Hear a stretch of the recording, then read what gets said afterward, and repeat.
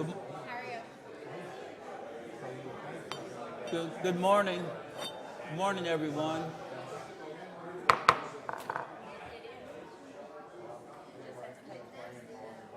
Good morning, everyone. Welcome to the Bullitt County Fiscal Court. For today, it's June 18th, 2024. And if Perry Cook would give the invocation, please, sir.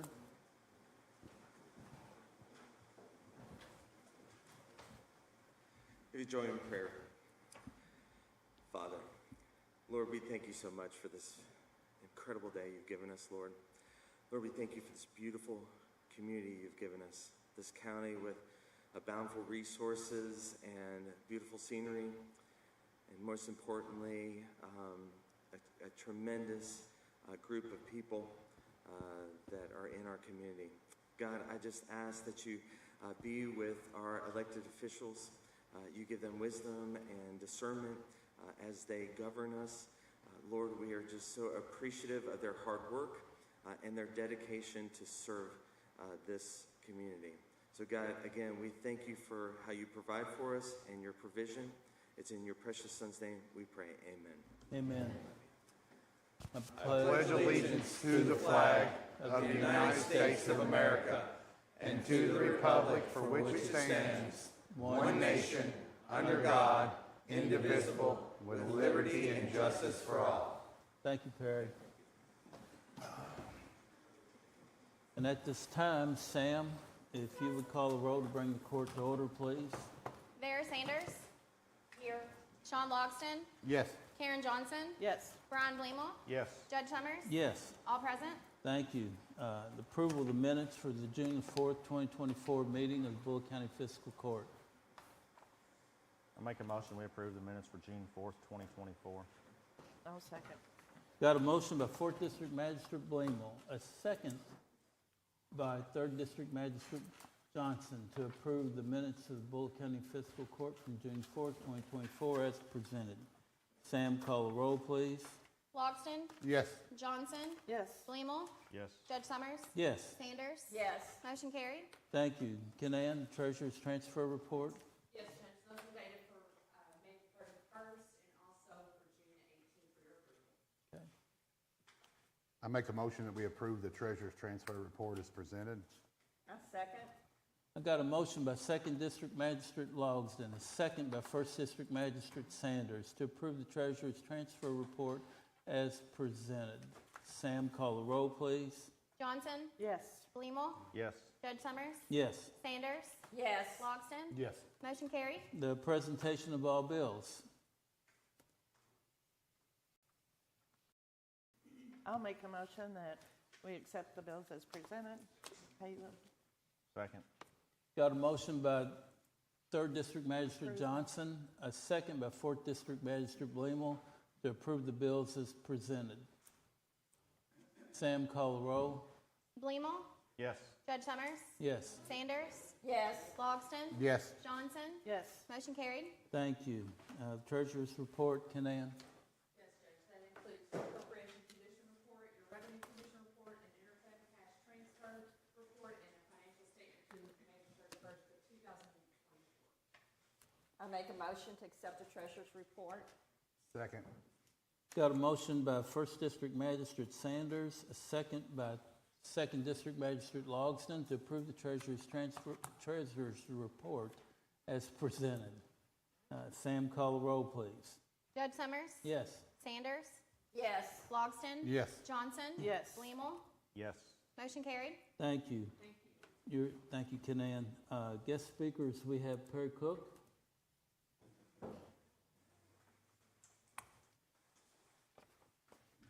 Good morning, ladies and gentlemen of the court in Bullitt County. Really, today is just a question I wanted to ask because it kind of came to our attention. Unfortunately, I was out of town this past week, but this week, obviously, we've got this warm front, unprecedented heat coming in. And my question was, has the court considered or talked about opening up possible cooling stations? We've gotten some calls at the ministry about folks' air conditioning going out and stuff like that. We've tried to direct as many people to the libraries as possible. but with the lack of transportation that some folks have in our community, not able to get to a branch. So has there been any conversation about that? Perry, we haven't as of yet. Justin's not here, but we've done things like that in the past as well, Okay. and we have. So it's So should I just reach out to the EMS and see if there might be something we can partner? Yeah, you could reach back out to us, reach back out to our office, and we'll coordinate with Justin. And John's here, but he can't speak for Justin. Okay. That's fair enough. I just know that it seems like it's going to be hot for the rest of the week and maybe next week as well. So I just want to have that on our Right. radar. Thanks so Okay. much. Yes, sir. Thank you. Robin Gilbert?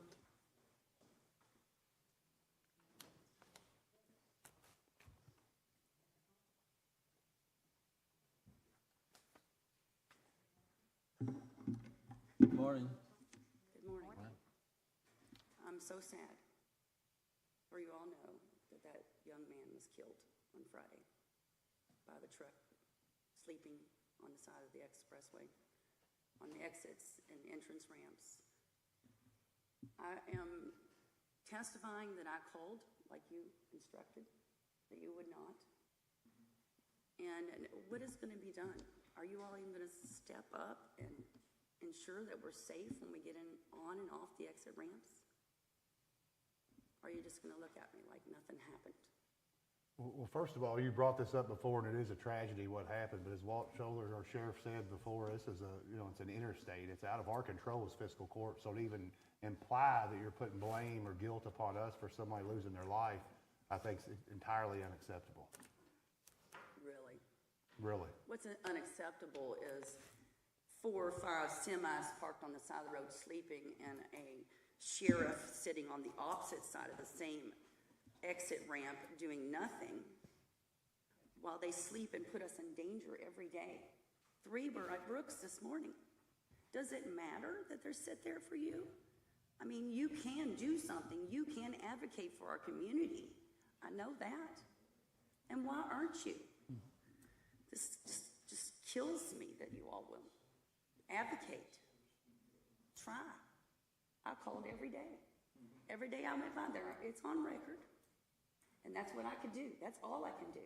But you guys are part of our community. You guys are the force of our community, and you're not even calling. You know, this is so hard for me to stand up here. All weekend long I've been sick, knowing that someone was going to get killed. I almost got killed. That's why I got up here. You know, step up. Help us. Also have something else to say. You know, the comprehensive plan. We had that meeting. You know, the maps were this big. You gave us stickers this big. And it was all in satellite.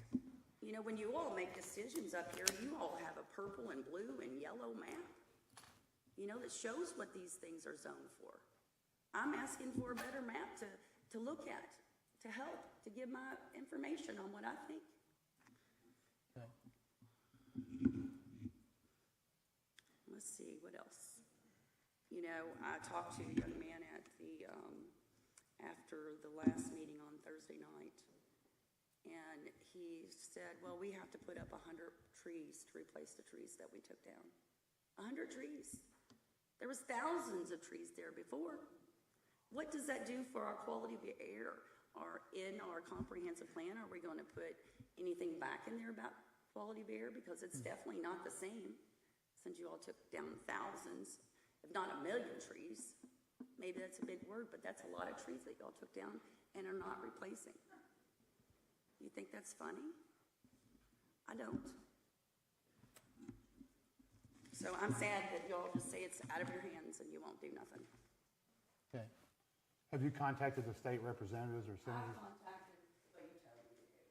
You know, I think, why don't you contact the state representatives? You represent us, you know? Okay. Folks from Windstream, you have an update for us?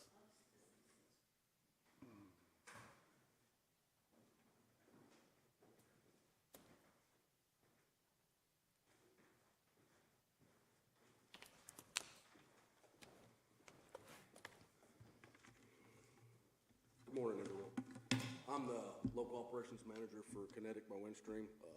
My name's Lincoln Bingham. This is our director of field operations.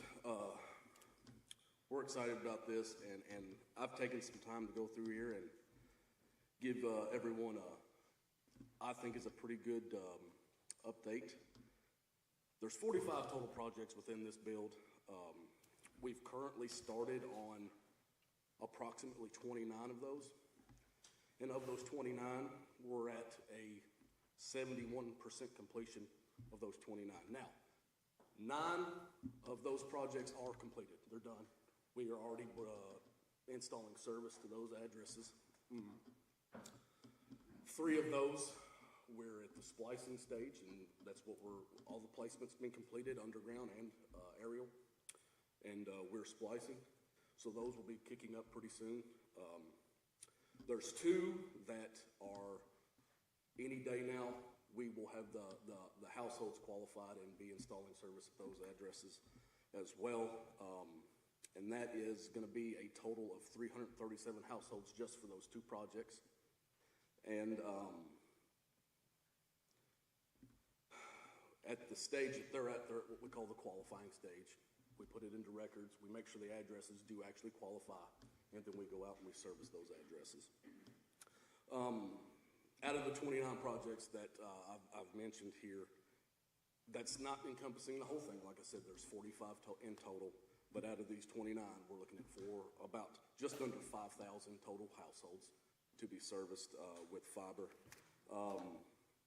And the 2 that were just completed or in our qualifying stage, those areas, that's going to be Cedar Grove Road, which encompasses the Pine Creek Trail area and the Miller's Lane, and then Deatsville Road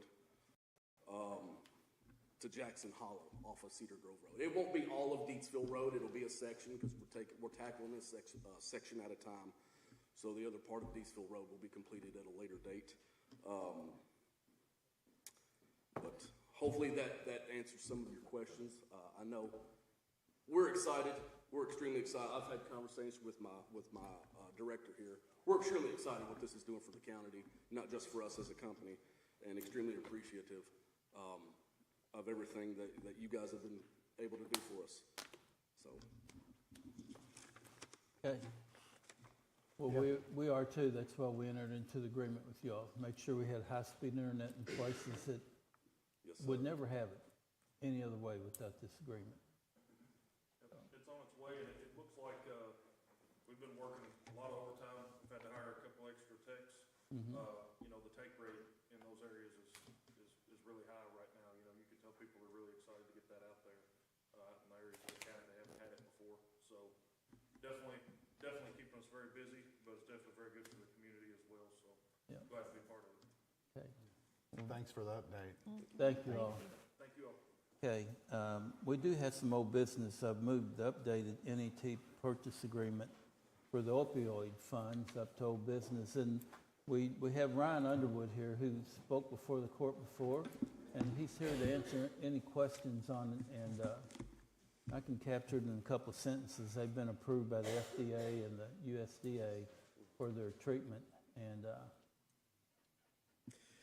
good morning. Thank you all for having me again. As Judge Summers mentioned, in a recent exciting development, the NET device and treatment has recently been approved by the FDA, which is incredibly exciting. It does change the nature slightly of how we're conducting the study. We're able to provide probably more data than we would have in the past, which is going to be great. The reason we have kind of held off was because where we are with the FDA and then working with the state OAAC on some of that information. Because of this, we're pretty much ready to get started accepting patients specifically for this study now. We are still exclusively working with Isaiah House. However, we are in communication with several other rehab facilities across the state to expand that because of the volume of patients we are looking to serve. I know a question that I've gotten from other fiscal courts and other counties that we have agreements with, and I believe you all asked this question before, is how do we select patients? That is going to exclusively be on net. To give you a little bit of background, in the last 12 months, from June 23 to June 24, there have been 67 patients that have gone through Isaiah House, specifically from Bullitt County. So, the 15 to 20 patients that I believe we'll be able to serve for the purposes of this study from Bullitt County won't be hard to come by, although we will still take recommendations from first responders, jailer, police departments here in Bullitt County if there are those cases that they want to send directly. But yeah, that's where we are. Again, we're in a very exciting place right now. As far as being able to treat patients, this FDA development has been tremendous.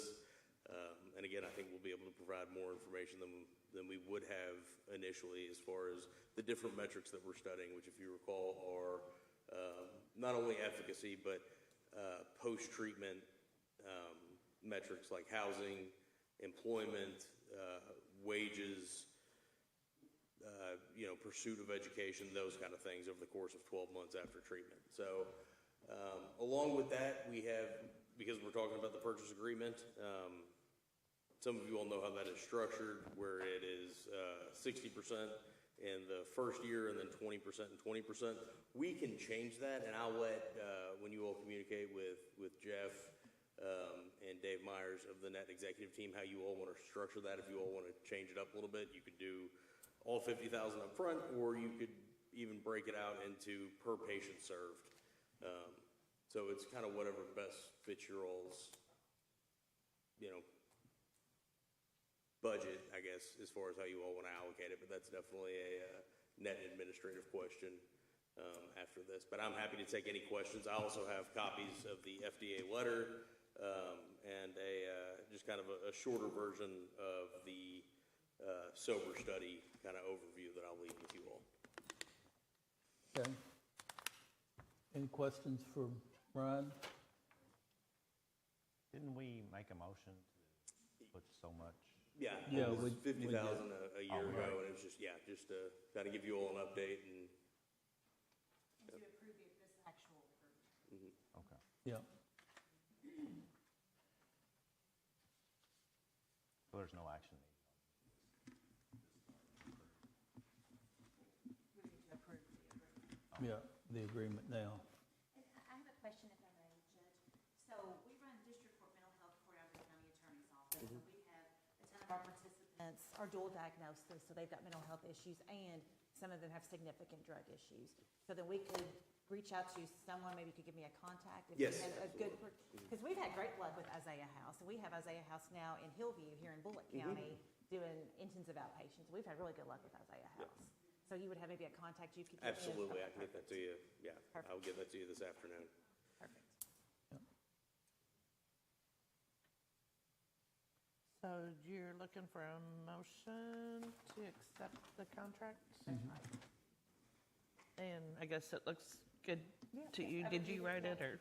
No, I didn't write it, they wrote it, but I've reviewed it, it looks good, and like Mr. Blumel had said, you all had already discussed the 50,000, so this is really just putting the terms in the agreement and approving that.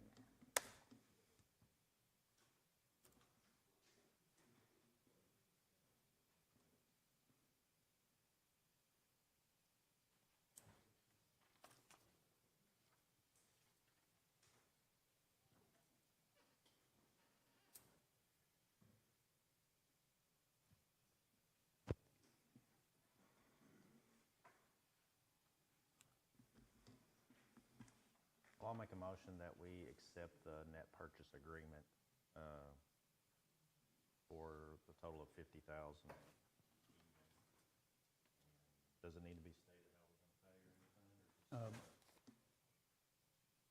Well, we budgeted, if we can either pay it all at once or we can pay per patient. Either way. Yeah. They're flexible on that, Brian. I'll second. I got a motion by 4th District Magistrate Blumel, a second by 1st District Magistrate Sanders to accept the purchase agreement from the NET organization. And Sam, call the roll. Sanders. Yes. Logston. Yes. Johnson. Yes. Leamle. Yes. Judge Summers. Yes. Motion carried. Thank you, Brian and Ryan, and we'll be sending more folks your way, especially through the county attorney's office. Thank you very much. Yes, sir. Tammy, second reading for zoning ordinance 24-12, Kenneth Shell. Commonwealth of Kentucky, County of Bullitt, zoning ordinance number 24-12. An ordinance relating to the changing of zoning of certain property from R1 residential, agricultural, and stream reserve to B1 highway business. Property in question is 62.53 acres, more or less, located at Foster Lane, parcel number 054-000-00-074 in an unincorporated area of the county. Whereas the Fiscal Court of Bullitt County has considered the evidence of the public hearing held by the Joint Planning Commission and the recommendations of the Commission, the information provided in the staff report of the Office of Bullitt County Planning and Zoning, and the testimony and evidence presented at the public hearing held by the Fiscal Court, and whereas the Fiscal Court concurs in and adopts the reasons of the Joint Planning Commission for said zoning change, and approves and accepts the recommendations of the Planning Commission in this matter as set out in said minutes, and determines that the proposed zoning change is acceptable and should be approved. Now therefore be it ordained by the Fiscal Court of County of Bullitt, Commonwealth of Kentucky, Section 1, that the above property located in the unincorporated area of Bullitt County, and more particularly described in the minutes and records of the Planning Commission, in docket number 2024Z-15, is hereby changed from R1 residential, agricultural, and stream reserve to B1 highway business. Section 2, this ordinance shall take effect upon passage and publication as required by law. Section 3, should any section, provision, or part of this ordinance be declared unconstitutional or invalid for any reason by a court of competent jurisdiction, then the remainder of this ordinance shall not be affected and shall remain in full force and effect. Section 4, all ordinances and resolutions to the extent they are inconsistent herewith are hereby repealed. Given first reading and public hearing at a regular meeting of the Bullitt County Fiscal Court on the 4th day of June 2024, given second reading at a regular meeting of the Bullitt County Fiscal Court on the 18th day of June 2024. Thank you, Tammy. Judge, I did receive a text from a magistrate asking about restrictions that could be placed on the property. If that's something that the court wanted to discuss, Mr. Galloway is present, and he would probably want to come up to the podium, and he could speak to whether the specific restrictions you want would be agreeable. That'll be fine. So, Mr. Galloway, you want to come up?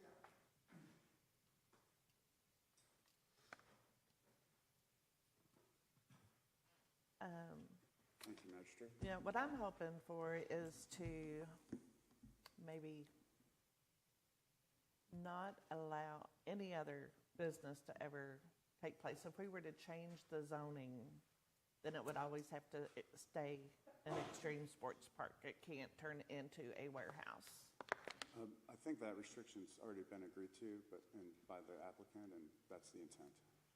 Right. And they did agree to a number of restrictions, and I don't know, Charlie may or may not have that with him, I don't know, but that was Yeah, that's agreed to, and also you couldn't make a warehouse in B1 anyway, that would be a different zoning.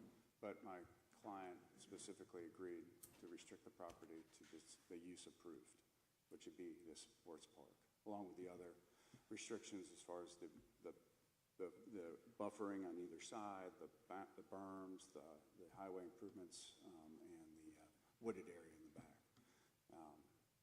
So it is agreed to that way, excuse me.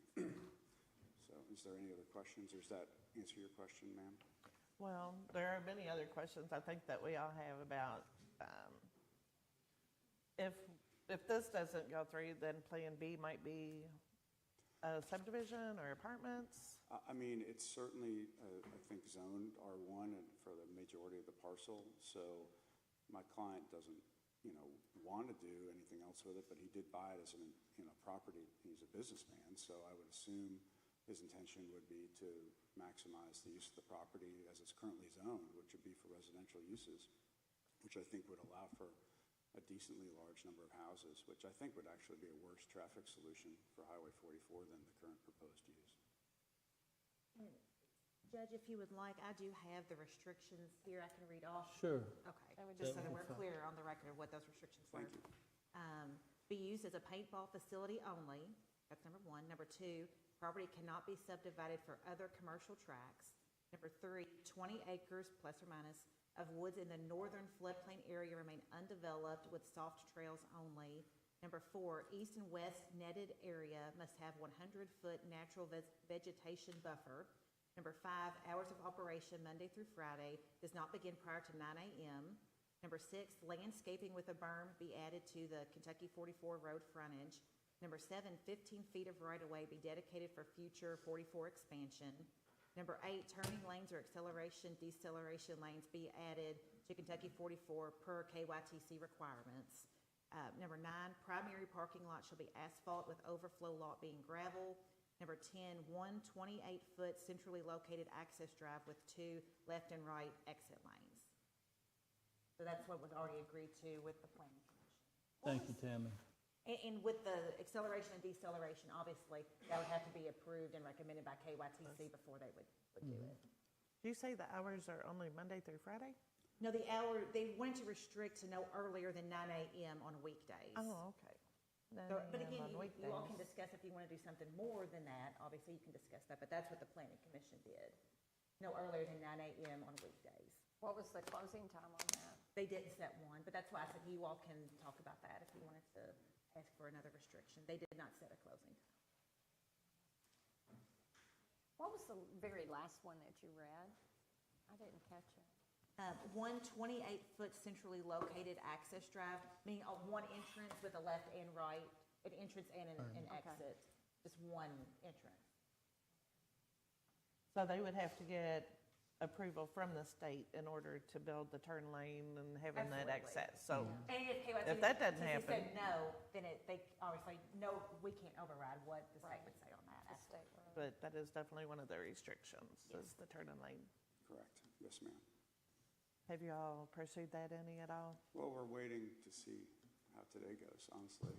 I mean, we will certainly apply for it and use diligent best efforts to do that because we think it benefits the property and, benefits the overall traffic on 44. So we'll certainly pursue it and hopefully get it. So it does have the 9 a.m. start time, but is there like a closing time or? Well, there's no outdoor Have any lighting, so idea? normally it's dusk with the rare exception, which was discussed in the planning commission meeting, of occasionally they would do kind of glow in the dark type events, but they would never go very late, past 11 or 12. I'm certainly willing to work with the county or to set a reasonable closing time. So there's not any big spotlights or floodlights No, or, we already talked about speakers, like there's no types of loud. No, and the fields will be depressed or lowered, so there'll be berms kind of around the fields, and then you have the 100-foot buffering, and so then there might be somebody starting it with if you had a competition on a weekend, but it'd be megaphone levels far below any large decibel things. There's no announcer, no speakers like that. And it is 65 acres. It's pretty big, so.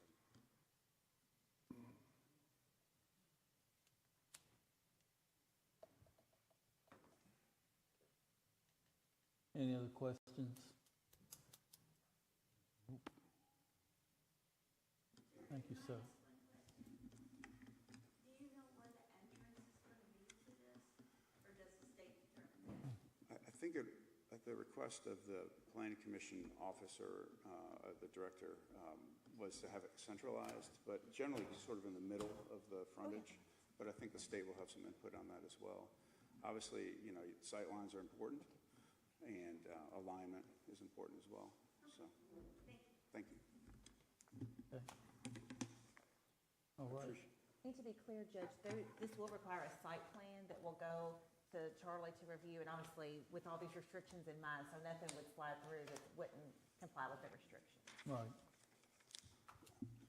I appreciate your time. I do think this is a low-impact alternative despite the neighbors' concerns. Okay. Thank you. Thank you, sir.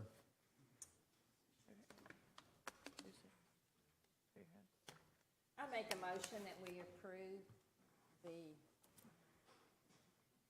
Zoning ordinance 2412. the zoning ordinance 24-12, Kenneth Shell. I'll second. I have a motion by First District Magistrate Sanders, a second by Second District Logston to approve planning and zoning's recommendation for zoning ordinance 24-12. Kenneth Shell. Sam, call the roll, please. Logston, Yes. Johnson, Yes. Blemo, Yes. Judge Summers, Yes, Sanders, Yes. motion carried. thank you all. Thank you. Second reading for zoning ordinance 24-13, Freeman and Paula Piavo. Commonwealth of Kentucky, County of Bullitt, zoning ordinance number 24-13. An ordinance relating to the changing of zoning of certain property from agricultural to R1 residential. The property in question is 3 acres, more or less, located at 7330 Beech Grove Road, parcel number 039-000-00-014 in an unincorporated area of the county.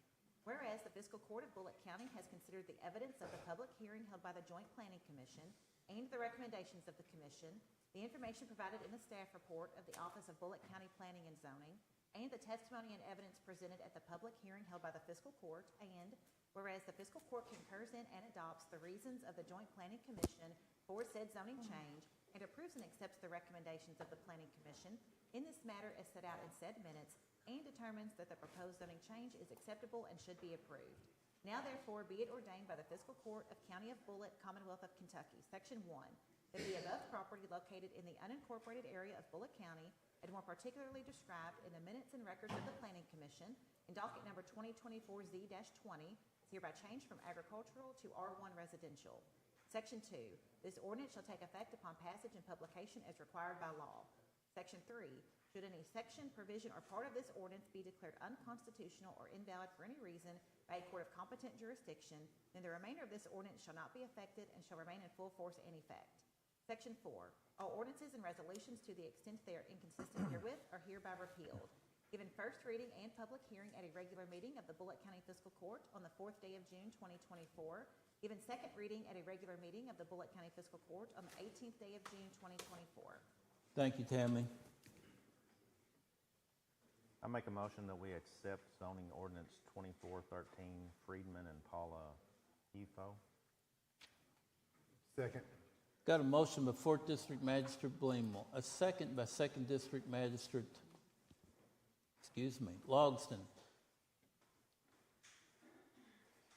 to approve the recommendation of Planning and Zoning for ordinance 24-13, Freeman and Paula.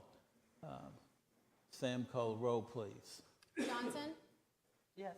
Blemo, Yes. Judge Summers, Yes, Sanders, Yes. Logston, Yes. motion carried. thank you.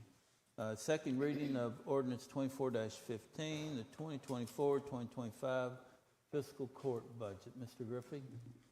Thank you, Judge. A couple of things here. We're going to read the ordinance. We also have, and this will be separate, the annual standing order, and we'll do that right after this.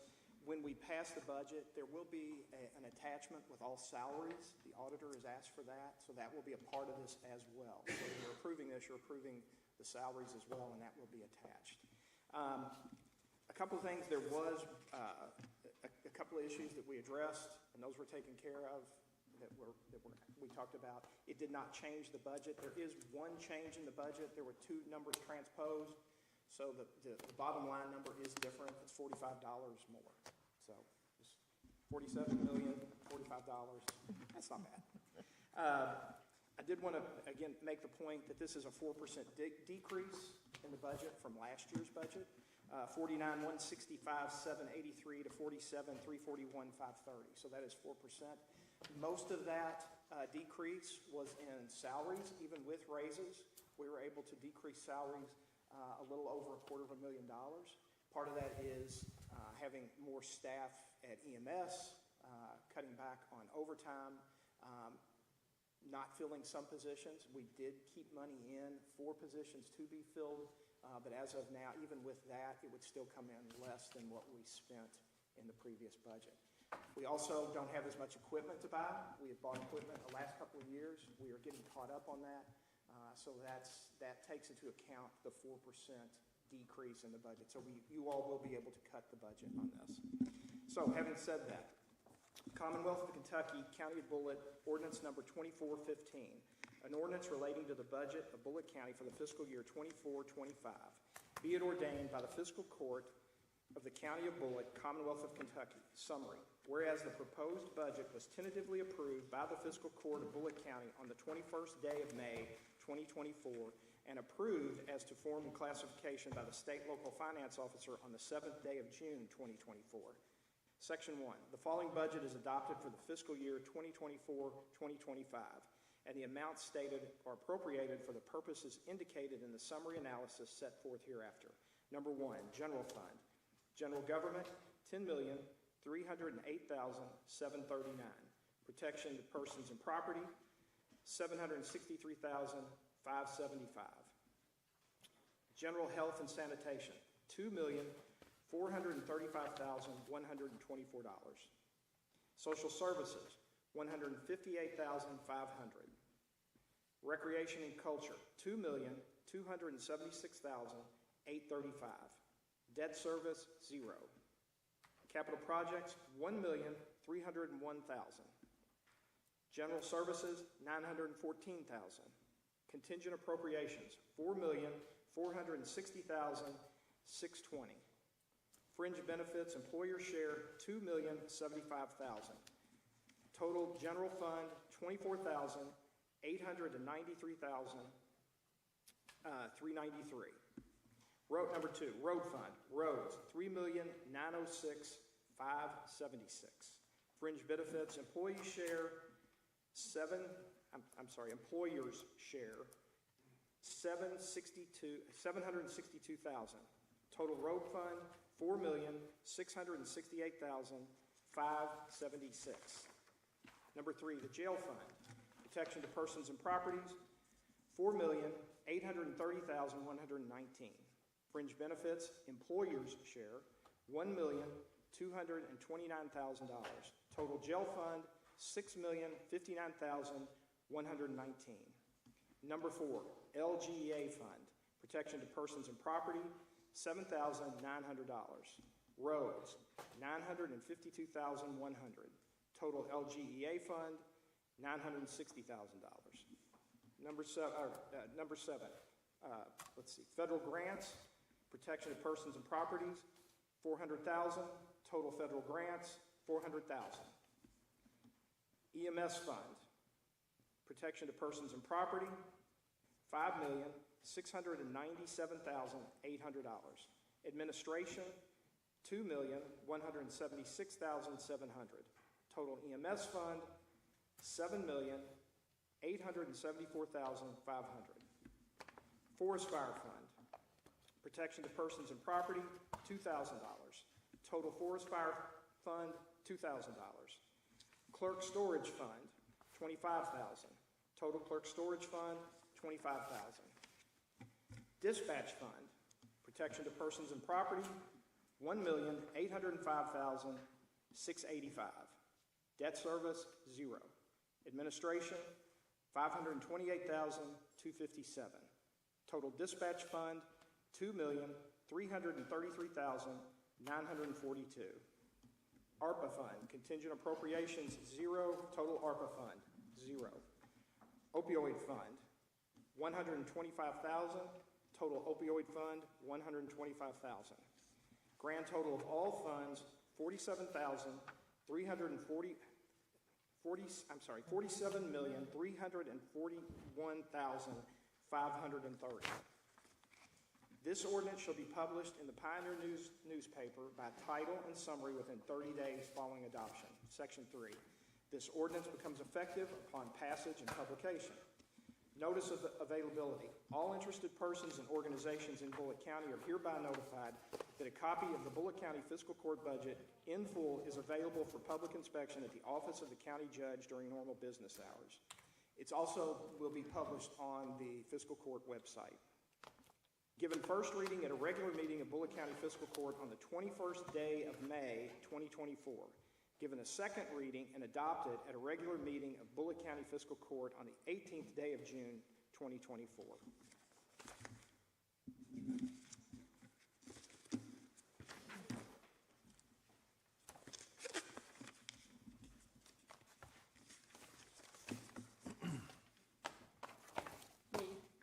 I have one question. You was able to change everything on the road. Yes, yes, that was addressed to make sure that there was the lowest number was brought up. That was changed. Now, the money is, there is a buffer money there, as I said, for new hires and things like that. So that money, that figure did not change because we already had the buffer in there. Okay, thank you. Okay, well, I'll make a motion to approve the 2024-2025 budget that's sent back by Robert Brown on 6/7/2024. A second. I have a second by First District Magistrate Sanders. Sam, call the roll, please. Blemo, Yes. Judge Summers, Yes. Sanders, Yes. Logston, Yes. Johnson. Yes. Motion carried. Thank you. And then the next part of this is the standing order. The fiscal court may adopt an order to pre-approve the payment of monthly payroll and utility expenses. No other expenses shall be pre-approved pursuant to this subsection without a written consent from the state local finance officer. The fiscal court of Bullitt County, in accordance with state law, hereby is order recurring expenses for utilities and payroll to be paid when due. And that is, its acknowledgement that will expire on July 1st of each fiscal year. So this will expire next July 1st. But this is so that those don't have to be brought before court if there's not a court meeting when the treasurer brings forth the bills. These are reoccurring expenses. This is the way this has always been done. This is just a formality, but we have to do this. Can you repeat what the motion? The motion should be the fiscal court to adopt to pre-approve the payment of monthly payroll and utility expenses as a standing order, annual standing order. You get all that? I'll make a motion that we echo what he just said. Okay. That's a good way to get And it. I'll echo. I'll second. Okay. Ditto. All right, we have, Good luck. yeah, I know. Okay, I don't think I can say it again. so anyway, we have a motion by Second District Magistrate Logston, a second by Third District Magistrate Johnson to approve the motion as presented by the Finance Manager to the Bullitt County Fiscal Court for the recurring bills. Sam, call the roll. Judge Summers, Yes. Sanders, Yes. Logston, Yes. Johnson, Yes. Blemo. Yes. Motion carried. Thank you all.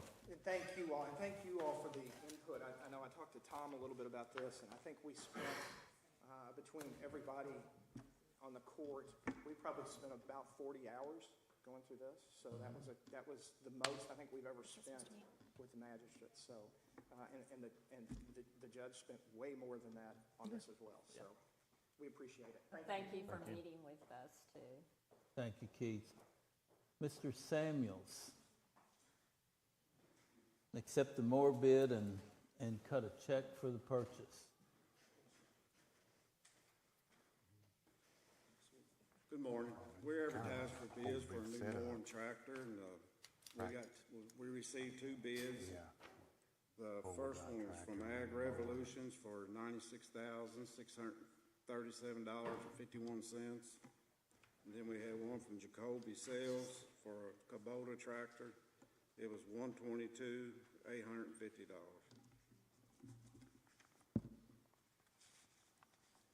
122,000, right, from Jacoby? Yes, sir.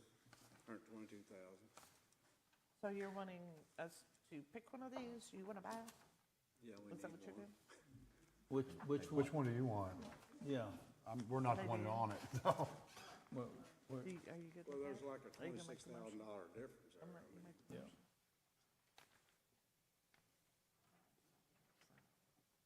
And The we one, have one Massey Ferguson right now. We purchased the last time. This tractor's gonna be pretty much identical to it.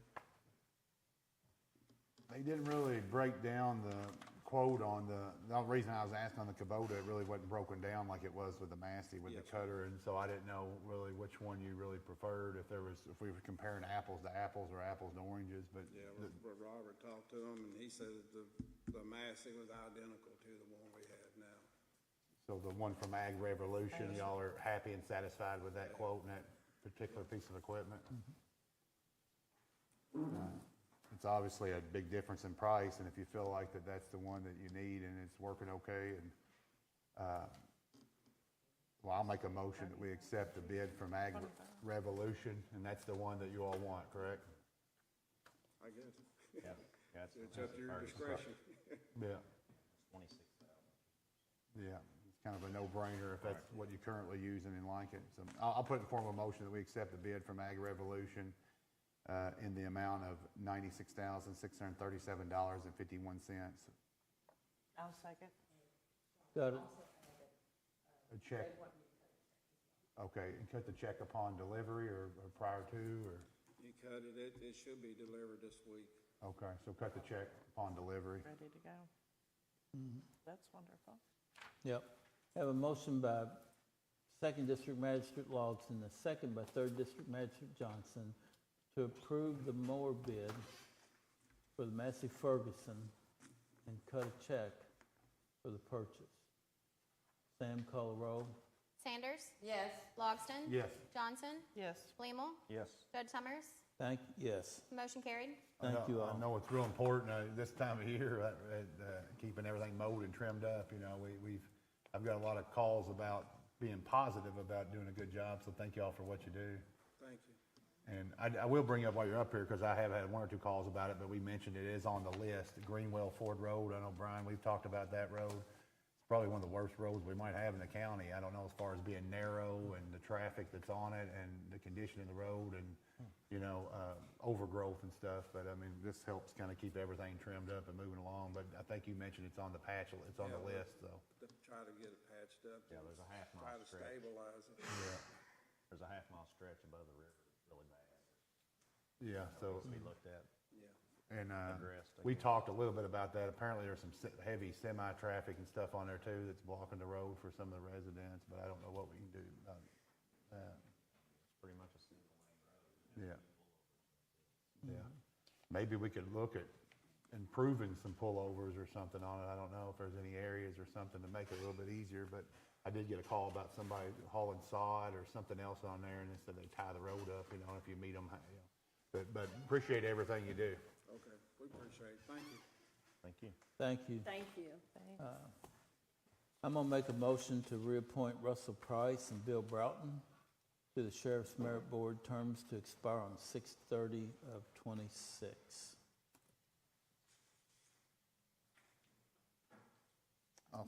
I'll second. I have a second by Magistrate Logston to reappoint Russell Price and Bill Broughton to the Sheriff's Merit Board, terms to expire on 6/30/2026. Sam, call a roll, please. Logston. Yes. Johnson. Yes. Blumel. Yes. Judge Summers. Yes. Sanders. Yes. Motion carried. Next action item is the Bullitt County Sheriff's 2023 tax settlement. Morning, Bob. I believe what we've sent over, bottom line, we need the court to approve and approve the judge to sign off on our tax settlement so that we can get our quietus from the state, our revenue cabinet, and then proceed on with the new the annual tax cycle that we need to start with in August. And to fill you all in briefly, we collected $122,862,095.88 in taxes for the year 2023. That represents over 99% of the taxes that were assessed. And of those taxes, broken down very briefly, the state of Kentucky, we distributed of those taxes $11,858,255.53 to the state of Kentucky, $9,015,401.28 to the fiscal court, $71,400,074.62 to the Bullitt County Board of Education, $8,000,000 $4,594,477.48 to the Bullitt County Public Library Board. $4,500,392 and some cents to the Health Department. The County Extension Office received $1,702,000 and a bit more. The Nichols Fire Department, $190,475. Southeast Bullitt Fire District, $1,299,216. Mount Washington Fire District, $5,331,696. Zolton Fire District, $4,090,476.59. The Plum Creek Watershed District, $1,665.73. The Fire Acres tax, $440.40. The City of Shepherdsville, $3,576,886.46. Our E911 fee, we collected and distributed $1,238,436. Lebanon Junction Fire Department fee, $62,146.24 for a total collection of, as I said earlier, $122,862,095.88, and the Sheriff's Office commission on that was $3,361,032.97. So our staff has done they every year do a great job. It's very, very busy from October through January.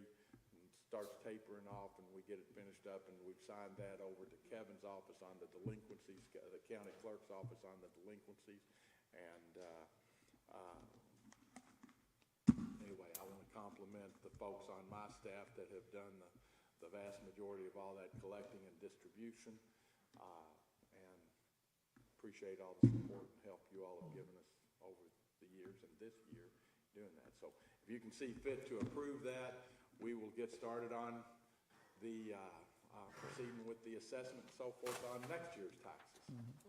Yeah, well, thanks for all your hard work. I say it every year. It's just when you throw those numbers out there, it's just mind-boggling. The amount of money that Sheriff's Office is responsible for collecting and handling, and it's a lot more than just fighting crime. So, I mean, there's a lot more to being sheriff than people realize, and thank you for your professionalism, what you do, and I'll put that in the form of a motion that we accept the Bullitt County Sheriff's tax settlement as presented. Second. I got a motion by 2nd District Magistrate Logsdon, a second by 4th District Magistrate Blamewell to accept the Bullitt County Sheriff's 2023 tax settlement. Sam, call the roll. Johnson? Yes. Blamewell? Yes. Judge Summers? Yes. Sanders? Yes. Logsdon? Yes. Motion carried. Thank you. And then also the next item is surplus items from the Sheriff's Office. If you have any, I think everybody's received a list of what we're requesting to have surplus, and after it's declared surplus, then that'll put us in a position we will have that those items. Some of it that is in such a terrible condition that it just needs to be thrown away, we'll throw it away. But the vast majority of that will be auctioned and will generate funds that'll go back into a specific statutory approved account that we have for. And it'll show up on our budget and so forth, and that's what we do with it after it's declared surplus. I'll make a motion that we accept the list supplied by the Bullitt County Sheriff's Office to allow them to surplus those items as needed. A second. Got a motion by 2nd District Magistrate Logsdon, a second by 1st District Magistrate Sanders to approve the Sheriff's surplus list as presented. Sam, call the roll, please. Blamewell? Yes. Judge Summers? Yes. Sanders? Yes. Logsdon? Yes. Johnson? Yes. Motion carried. Thank you, Bob. I may make one final comment, and just to note, candidly, what a great job you all are doing and all the folks working in the county. In that, the year before, this is our 2023 settlement. In 2022, we collected $108 million. So that increase in the revenues that have come into the county for the benefit of all these taxing districts, that was done not by an increase in the tax rate or increase in taxes, but it's just due to the increase in growth that Bullitt County is going through, and we have every expectation, and the figures that we're looking at show that it's going to continue to boom. And to your, I've been around here a long time, and the task that you all have in front of you, and that you've had, and that you're negotiating in an outstanding fashion, is to deal with all of that growth. From 1970 to 1980, Bullitt County was like the top growing county in the state, and the growth that we had, relatively speaking, during that time was nothing compared to the growth that you're having today. We may or may not be in the top 5 in the state in growth now, but we are so much beyond in the challenges and opportunities that you all have, and you're doing a great job in doing it. But that growth,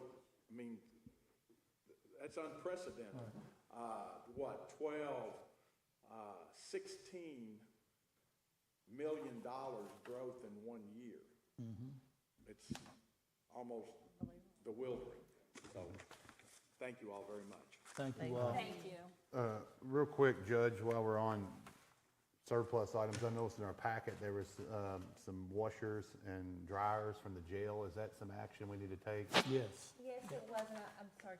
So the jailer couldn't be here this morning, but that was kind of last minute. They reached out to me, and I said, I'll get it to Candy. Okay. And I think she got it into your packet. So yeah, they need those surplus because they got a grant to buy all new washers and dryers, and they plan to actually donate those. Okay. Well, I'll put that in the form of a motion that we allow the jail to surplus the washers and dryers as presented in our packet. I'll second. Got a motion by 2nd District Magistrate Logston, a second by 3rd District Magistrate Johnson to approve the jailer surplus list as presented. Sam, call the roll, please. Judge Summers? Yes. Sanders?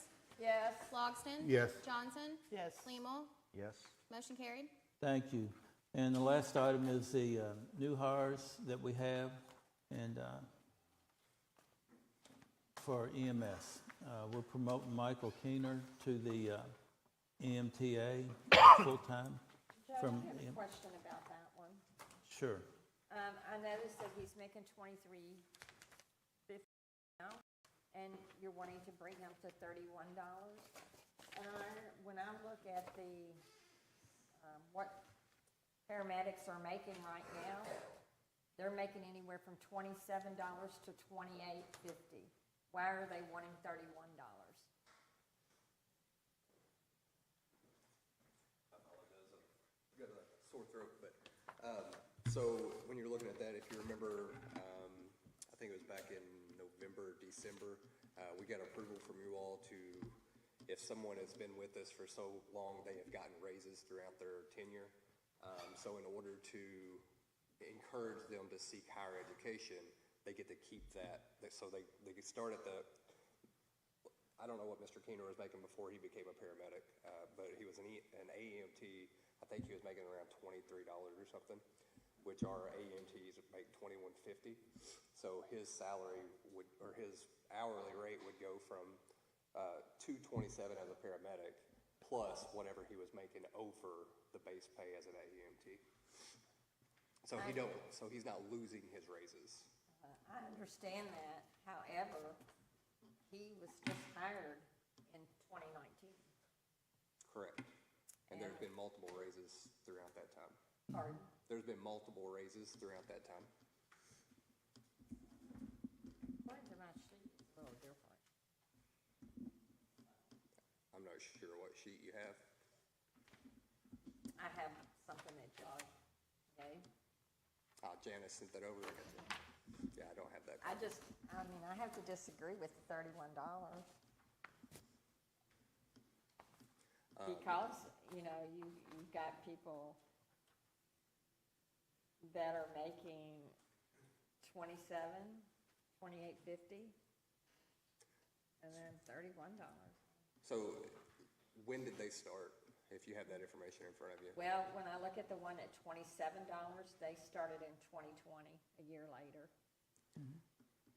And did So they that's come in as a paramedic? That's a $4 difference. Did they come in as a paramedic, or did they advance through? I don't know, I'm just going by the paper that you gave us, what they're presently.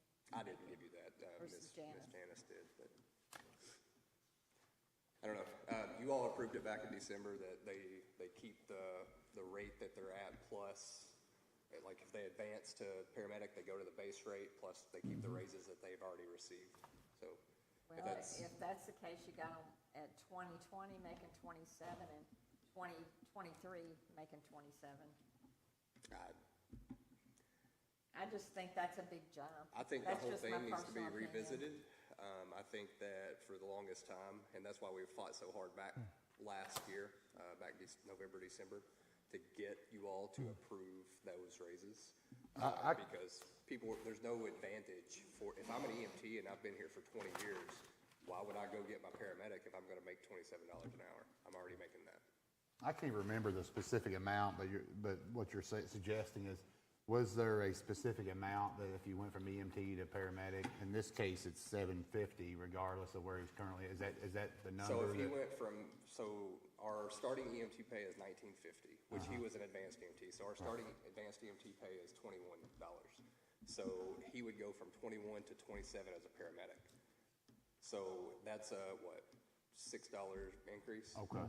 However, he's been with us, so he's currently making, and I'm just throwing a number out there because I don't know exactly. He's currently making $23.50. $23.50. From $23.50. So he would only be getting a $2.50 raise for getting his paramedic, whereas if I came in today and got my paramedic, then I would get that whole $6 raise. Yeah, I guess Maybe get what a I'm saying $3.50. is, did we, I can't, because like I said, I don't have the charts, information in front of me, and there's a lot of moving targets. But was there a specific amount, regardless of what you currently pay? Didn't we set up a tier?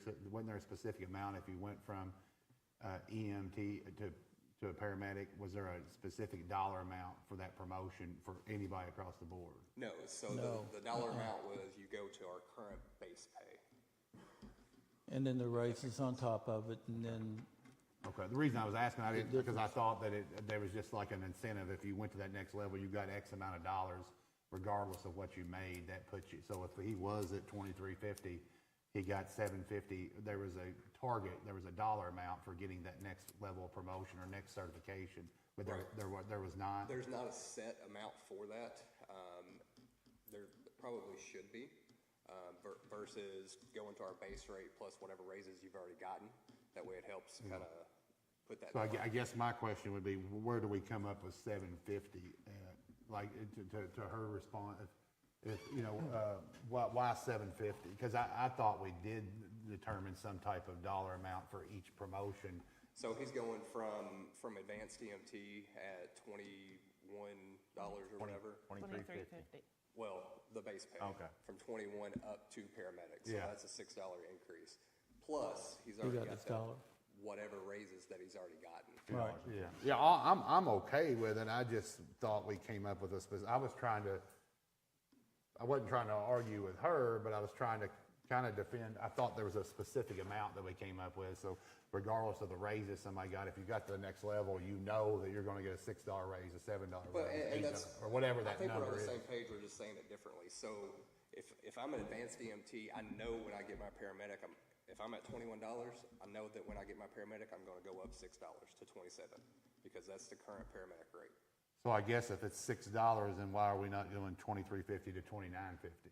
Because those Yeah, are two raises. So those are raises that he's already got. Yeah, I got it. He's at $23.50 now, but now he's got his new level. So why are we not just adding $6 instead of? That's kind of my question too. Well, and to help y'all with that, it makes it stagnant then, because then you have folks here right now who are EMTs that make close to that, and there's no incentive. It'd be a $6 incentive. Well, and that's the thing that we had talked about when this was approved before is if we're only taking them up to the base pay, like, so if I'm making $21 in advanced EMT and I go get my paramedic and I get a $6 increase, I'm at 27, right? Right. But if I'm making $28 as an EMT and I go get my paramedic, are we going to pay them an additional $6 to get their paramedic, or are we going to cap that out at whatever the base pay is? I would think we'd pay them an extra $6 and move them. They had to have that incentive, but I thought, I'm just misunderstood. I thought we had those levels worked out where it was, you get this, you know you're getting this. I don't care what they're at. I'm not taking nobody's raise. You know, if they've worked hard and they don't have that certification, they've got raises, that's fine. But I think there needs, if there's not, there needs to be a specific level. Scale, absolutely. Pay scale. That, absolutely. You move to that next level, you're getting $6. You move to the next, or $8, whatever the number if you're is. 250 above, But otherwise it's at 250 the to that, discretion of yourself. Like why 750? Why not 6? Why 550? Well, what they're using to help you all a little bit is a scale, because they get to retain their raises that they've had, then they get to add the difference between the two. But the difference is a $6. gray area. No, it's not $6 in this case. He's going from Well, 2350 to no, 31. it's, no, whoa, let's back up here. It's from 2150 to 27 something. That's the difference. Then you add his raises to it that he's gotten as an EMTA, and that's how you get your $7. Well, he's already got the raise. He's already at 2350. So Right. but he just now. Raises then. Why is this not just plus 6? 29.50? It's 31. That's my question. I don't do that. Janice does the addition of the salaries and whatever, but like Judge Summers says, he moved up from base pay to base pay, and then whatever raises he's gotten are added to that. Right. And like Mr. Blingel said, I think it's 2150 that's on there, but according to the math, it should be 2950, I think. Yeah. Is that going to make him the highest paid? Yes, it will, What's the second one below that? $29.50. I'm sorry, 29.50. And that person was hired 21. Do y'all have names or just numbers up there? I have names. You have names? Look at Miss Polly. Who? That's Miss Courtney Polly or Courtney Klein. That's the one you all approved back in last Polly? year. Mhm. I don't even have a Polly on here. Look at Klein. She changed names. Klein, she changed names. She got married. Is she a paramedic or a? She is. She is. Mhm.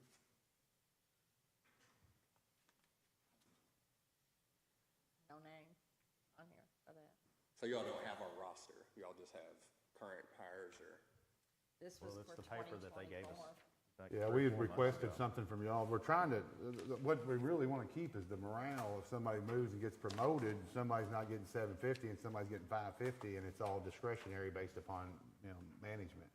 I mean, I think it really needs to be a tier system where it's very clear, very black and white. If you want to go get your paramedic certificate, you're going to make $6 more an hour. I don't care what your pay is currently. If you're $30 an hour, you're going to get $6 more an hour to go get that certificate.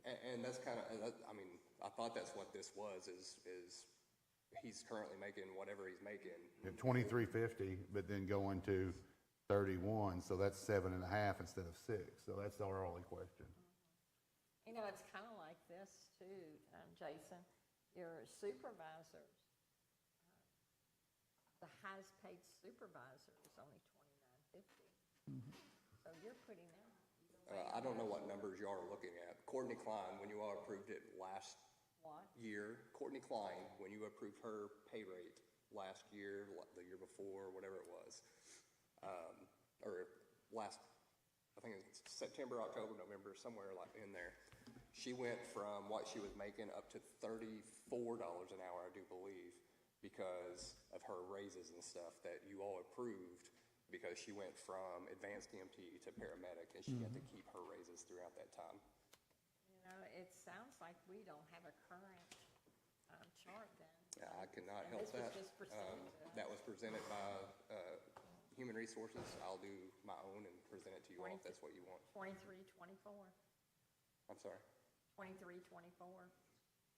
So the 23.50 he's currently at includes raises he's gotten along the way. Correct. So he's an advanced EMT. His base pay is $21 an hour. He's gotten raises from that, which brought him up to $23.50. $23.50. So Which is why is it $2.50. not just $6? On top of the $23.50. That's what it should be. Again, like I told Mr. Bleemel, I didn't present this chart. I didn't do the math on this. It may be a typo. Okay. So then Okay. maybe it should be $29.50. $29.50, not 31. Correct. Oh, well, then we're good. Okay, That's well, we totally didn't different Yeah. Yeah. get that We do part. that, then that's I was fine. like, what am I missing here? The base pay Yeah. plus his raises, the $23.50, plus $6 is $29.50, not 31. Yeah. So if he's an advanced EMT at $21 Yeah, it's and he gets his 29.50. paramedic, he goes up to But 27. 31, Correct. what's- He's an advanced EMT at $23.50, so he gets up to 27 plus the $2.50 raise that he's already had. Which would be $29.50. I guess what makes it perfect is, sense. then, this is all printed up wrong. Again, I didn't do that. I can't speak for that. So, But okay, But you're okay with $29.50 and you think he okay. is under the, yeah, so I'm good with that. I I'm mean, good with that. it's 31, It just was didn't the make sense. 31 that I was so concerned. That's why I brought it to your attention. I just had a little bit of concern about that.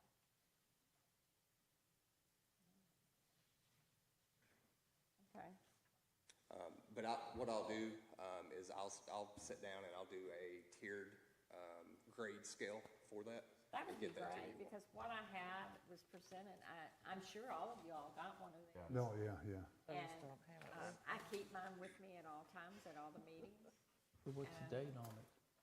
You know, I was just, Yeah, maybe if you could get with Janice and double check this and get us maybe an updated copy, because there is so many changes. We just want to make things consistent. I mean, because, and this even has animal control and everything on it, but where it was presented to, or given to me, road department, everything. well, I think everything's clear as mud now, Okay. so we're good. Yeah. It's just $31. So, $29.50. that change on that change on your sheet would be $29.50 instead of 31. That'll be the motion. Mhm. All right. Did you have a motion on the floor? I'm going to pull it back. EMS to be hired, Ashley Lucas, full-time EMT, $19.50 an hour, effective 6/20/24. Savina Williams, full-time EMT, $19.50, effective 6/20/24. Sarah Holdenpaul, part-time paramedic at $27 an hour. Aaron Shoemaker, full-time inventory control specialist at $15 an hour, 7/1/24. I'm going to put that in the form of a motion to hire him. Second. Got a second by 4th District Magistrate Bleemel. Sam, call the roll. Can I just clarify, that's for the promotion and the new hires? No, No, just the new hires. Okay. Sanders? Yes. Logston? Yes. Johnson? Yes. Bleemel? yes. Judge Summers? Yes. Motion carried. And back to the Michael Keener, the way that it was presented and the way that we understand it as of now. They got to keep their raises on top of the difference between the scales. And so that would make it $31 an hour. And so what I hear the court wanting to do is to back that up to $6 an hour, the difference between the two base pays. No, we're wanting to give him $6 on top of what he's currently making. No, I understand that. Including raises. That includes him That keeping his includes raise. his raises. Otherwise, we'd be giving $6 on top of. He's making $23.50, that includes raises. He's already making that. He's got several raises, so he's keeping his raises, but we're giving him $6 or more for obtaining a He paramedic. agreed that this was a typo. Give me just a moment. I apologize. It'd be no different than Ashley Lucas getting hired on as an EMT at $19.50. Let's say, for example, she does a great job. She's with us a couple years. She gets a couple raises. She's at $21.50. She decides she wants to get a paramedic, and then at that point, she knows exactly that she'll get $6 for getting her. So she'll make $27.50 if she's got $2 in raises in the last couple of years for whatever reason. She'll keep the raises, but she'll add that specific dollar amount that applies to every employee at EMS, not just one. I misspoke. Advanced EMT's base pay is actually $21.50, so it would be 30 instead of the $29.50. I'm sorry, Chris, I didn't hear you. The advanced EMT base pay is $21.50, so EMT's base pay is $19.50, advanced EMT is $21.50, and then paramedic is $27.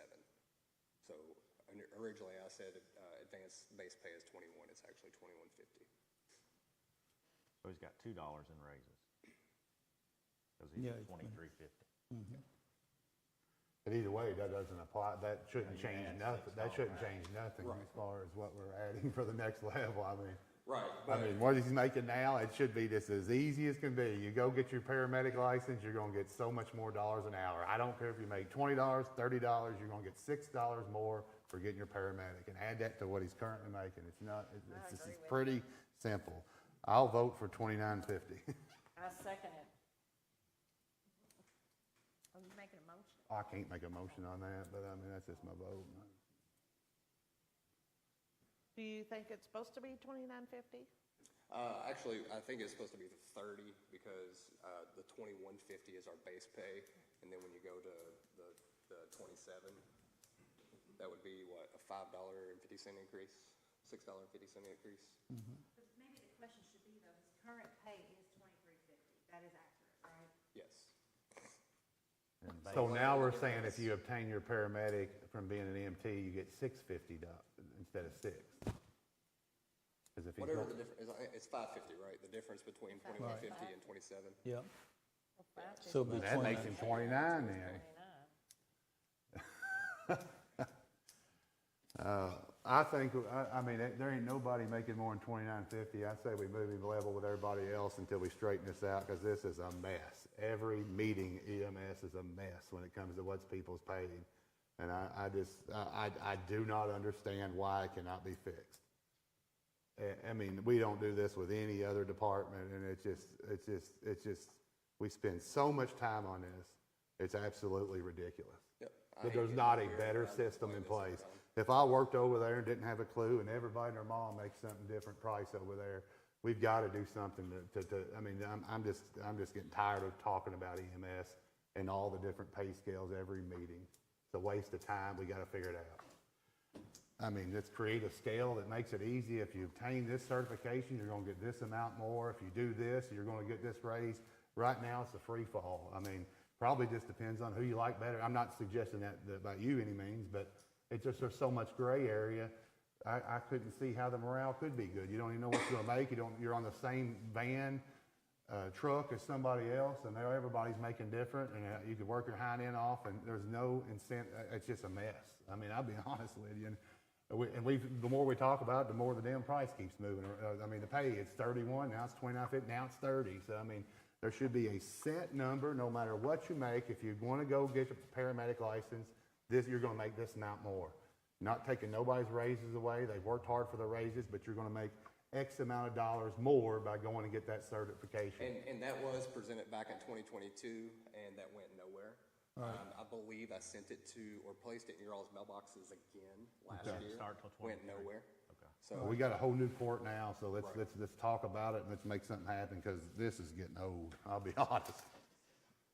I'm sorry, I'm frustrated, but it's every week. It's people are making different money, and we're spending time talking about this, and we can be talking about other things.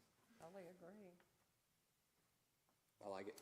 I don't like getting up here and Maybe trying to come, explain this every time. I mean, maybe come to us with a tier system that you think's going to work, because we're all frustrated. I'm speaking on behalf of everybody. It's every week. It's this person's making this person's making that. It should be really simple. I mean, it should be really simple. I don't know if I'm out of line or not, but it's everybody needs to know what I mean, it's all open book. So when you work over there, you know what everybody's making. So we need it to be consistent. So when you work hard and you're on the same team, everybody's working together, and there's not any kind of judgmental, attitude about this person making more than me or this person's doing that. I mean, let's make it crystal clear. So when people work hard, and incentivize them to go get that next certification, they'll know exactly what they're going to make. It's not going to be a guessing game or up to us whether we vote yes or no. Totally agree with you. Another question I have on that. So we do performance-based raises now as of this current year. So some people are getting a 53-cent raise, some people are getting an 80-cent raise, whatever. How are y'all going to look at that when we bring up and say this person got their paramedic and they need to move to $29.53? I think, I'm just speaking on behalf of myself. I can't speak on behalf of the court, but I think people should be incentivized. I think the incentive and the performance raises are perfectly fine, perfectly acceptable, as long as everything's being documented, it's done fairly, it's done across the board. I've worked for major companies before where, you had an evaluation. I think if one thing of the county, we've talked about this and we've started implementing evaluations. It's something that's never been done before. I think every employee should be evaluated by their superior and by their supervisor, not just EMS, and then determine whether they are justified to get a raise, not just because we're giving raises out, everybody gets a raise. People don't work hard. You should be incentivized to work hard and show up and do what you're supposed to do and go beyond that in order to get that raise, not just show up. But with that being said, I don't think we should take that away, but I also feel like if somebody's earned those raises, when they go to that next level or that next certification, we're not taking that away. It's an incentive for them to get that dollar amount on top of what they've earned. Just like this individual right here, Michael. He's worked hard. He's only been with us a few years, but he's obviously got a couple bumps in his pay. We're not going to take that away, but what we want to know is when he moves to that next level, that dollar amount should be the same for him as anybody else. That dollar amount shouldn't change. That should be crystal clear on black and white that if you go from an EMT to a paramedic, you're going to make X amount more dollars. Now, the raises, that can be subjective based on performance and different things. As long as it's documented, you've got a file for it, you've got a reason for it, you've got justification for it. But if you're just giving raises to give raises and you can't justify it, then that's a problem. But I think that if you work hard, you should be treated. You should be rewarded. But that's my opinion. So I think the raises and the performance and stuff is great. 53 cents is a weird number, but I think the numbers need to be consistent too, based on your performance. Where you're going to go. I don't know, Tom. I'm just in one of them moods today. Yeah, and the raises are based on a percentage of what they're making currently, so that's why we get the weird numbers. But yeah, I apologize. I thought that's the way that we already understood it, is they get an increase from where they're at plus whatever raises they've already gotten. Right. So we'll clear that up and get that on paper in front of you all. But I'm totally okay with Michael getting $29.50 today. That's a $6 increase if that is the number that we feel. But if you feel it's $5.50 to move from EMT to paramedic, then it's $29. It's $29 is my opinion. But if we don't know that number, then we really need to find out what that number is and make that number the same number for every employee.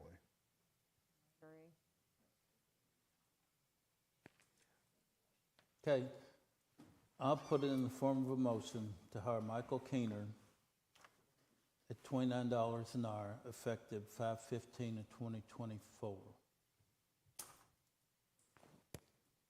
And before we vote, you feel like $5.50 is that number to go to the next level? The difference between $21.50 and $27, yeah, that is $5.50. Okay. So if it's $5.15, has he been paid $31 for the last month, basically? Because that's backdated. We would have to look at his payroll. I don't know. No, he hadn't been, not until this is approved. It gets back paid after this. So we're going to add $5.50, that's the motion, which that is the consistent amount that we're all aware of from going from EMT to paramedic. And that puts him at $29.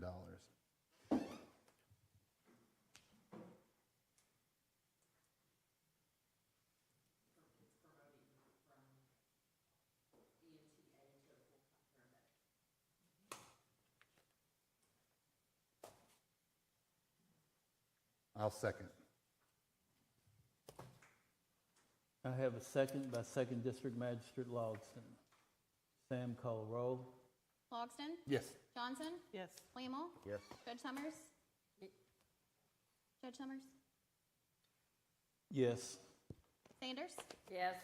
Motion carried. Okay. I want to thank you all, and also not to take up any more time, but some exciting news. We are getting close to fully staffed. We shouldn't have to be up here much anymore, and we're not decreasing coverage, but I think we're going to be able to decrease the amount of employees we have on per day. Right. Thank you all. And don't think we're beating you up or not. We really appreciate everything you do, and you're doing a great job over there. That's all we're looking for, just some, I just think it's communication between all of us because I thought we were all on the same page, but. yeah, I think, I would just recommend maybe you and Janice getting together, maybe trying to get us an updated list so An we can. updated list, that would be a good idea. Thank you. Thank you. Thank you. Okay. Any comments, Vera, No, Sean? No, I talked enough today. Karen? We do have Bullitt County Cleanup Days this Saturday, North Bullitt High School, and where's yours at, John? Yeah, Mount Washington too, so, At where? Middle. yeah. And it's this Saturday. That's all I know.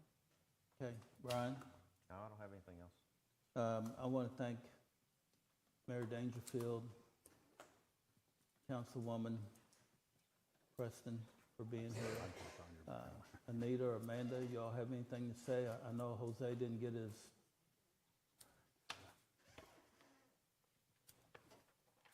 The paint park will be better than the houses. So, any comments from you two? Glad to see you all here. And we will have a scale for EMS where within 4 folks of being fully funded, fully staffed. And the class that just graduated over there, there's 5 of them that's going to take their national test this week. So it's we have an opportunity to be fully funded. And like the finance officer said, a lot of it is in the decrease of overtime in the departments by being fully funded. So it's not really a mess like what I've heard or morale. It's a competitive market. And I do have the contract was sent to me last night that the City of Louisville did with EMS service, and it's available for any of y'all who want to take the time to read it. And you'll see how competitive the marketplace is. So at this time, I'm going to make a motion to adjourn the court. Second. I got a second by 4th District Magistrate Blemo. Sam, call the roll. Johnson? Yes. Blemo? Yes. Judge Summers? Yes. Sanders?